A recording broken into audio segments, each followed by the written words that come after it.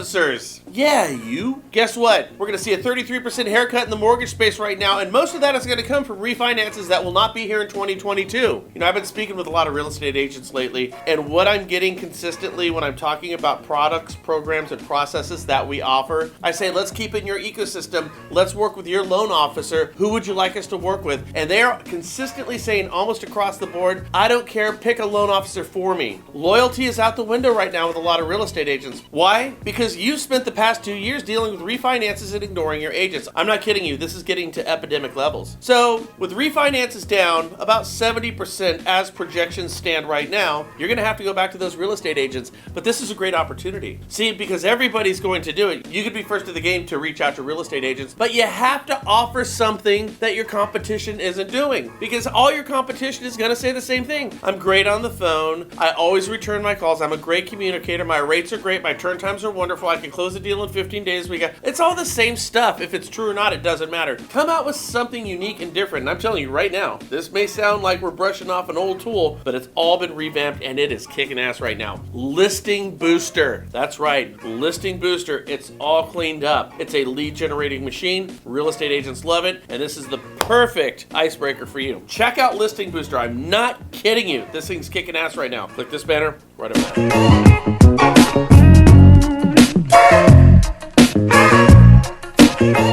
So I think I figured something out, and I'm not joking about this, and I'm not joking entirely, because I kind of believe this, and I don't know if anyone else has realized what I'm about to tell you yet. So let's do this thing right now. How do we surmise if mortgage interest rates are going to go up or go down? And I know yesterday we saw a tick up, but you know, I mean, calling a tick up yesterday when we can see the movement on the board, it's not really that, like, that's kind of, you can see that, right? How can we figure out what's going to happen a few days down the road? So, well, we look at T-bills, don't we? We look at bonds.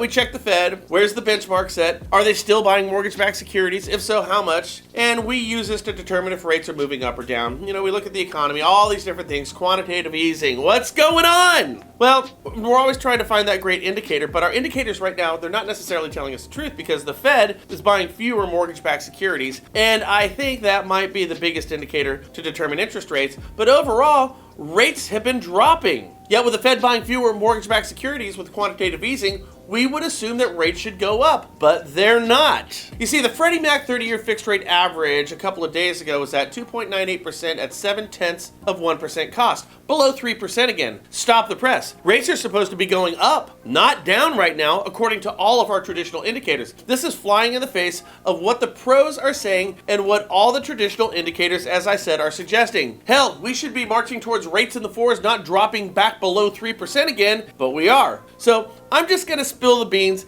and I've been talking about this, and if you've watched my show with any regularity over any length of time, you'll know that I've been spot on with interest rates, right? Not about what's gonna happen next week. I call my shots long term, and I'm not just talking about what's happening next week, though we do that. I call my long-term Hail Mary out of the blue shots, and it flies in the face of what all the rate soothsayers are saying out there. Who would have thought I would be the one to get the whole rate thing right? I mean, go figure. All right, so here we go. Two things we now need to look at to determine rates. Number one, mortgage interest rates are directly proportional to our hysteria surrounding COVID. The more fearful we are of COVID, the more rates are going to drop. The less fearful, the higher they go up. Now, this one's fairly easy to understand if you think about it. COVID hysteria is linked to the belief that industry and our economy is going to slow, shut, or scuttle. The hospitality industry is going to do the same thing, and the economy overall is going to, well, slow down. So moving money over into the security of bonds, treasuries, and mortgage-backed securities will drive interest rates down. And when we think we're out of the woodwork with COVID, when we think it's kind of dropping, the opposite happens and rates go up. So why are rates down right now? Well, let's look at U.S. COVID futures.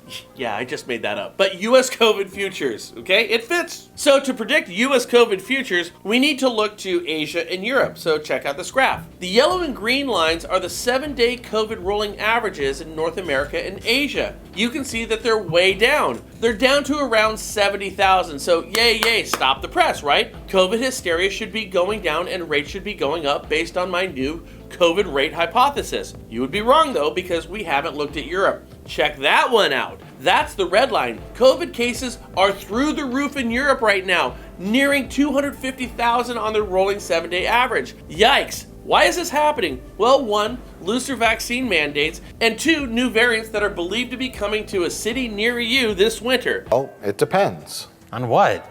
On where the target's located and what your county's current risk assessment level is, also known as RAL. Huh?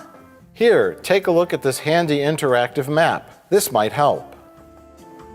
Oh God, no. That means COVID futures and fear of COVID are on the rise with actual investors, and if they believe that this new Euro variant is going to come over here to the United States that is vaccine resistant, as are all the nouveau strains of COVID, then the security of bonds, which affect rates, are a better bet, so rates go down. And that's what's happening. It appears COVID concerns are turning out to be a great indicator as to the direction of interest rates, mortgage interest rates. Short term, that is. Again, it's been working for me talking about rates on the show over the past year, and I don't think it's been wrong like once. Now, here's the second point. Rates long term. Now, this one's actually pretty easy to see. Every prognosticator said we're going to be near 4s at the end of 2022. See, while everybody was saying that rates are going to go up, I've been saying steady your horses over there, cowboy. That might just be fool's gold that you're looking at, and rates could go down. Why? It's the China factor, the China variant, and I'm not talking about the Wuhan labs or COVID. I'm talking about construction, both residential and commercial. More specifically, I'm speaking about Evergrande, the largest residential and commercial developer in the world. Case in point, the New York Times just 2 days ago said China's property crisis spreads, and according to the Market Insider, China's Evergrande problem could spill over into the United States markets. That's what I've been saying, and it's happening right now, and it's great for bonds, thus it's great for mortgage interest rates. See, I told you guys this. It's happening. And again, with Bloomberg, how Evergrande's collapse would cascade through China and the instability in the Chinese markets as a result of Evergrande, the largest developer in China, where construction is north of 20% of China's GDP, the second largest economy in the entire world. See, until we get stability in Chinese markets, global investors are going to look to safe havens to park their stacks and racks of cash, and US bonds are just what the doctor ordered. So yes, rates, I think, are going to go down long term until we find stability in China. So this is great if I'm wrong, because you can say I told you so, because I don't shy away from any of my predictions. You can go back to any of my shows right here on the National Real Estate Post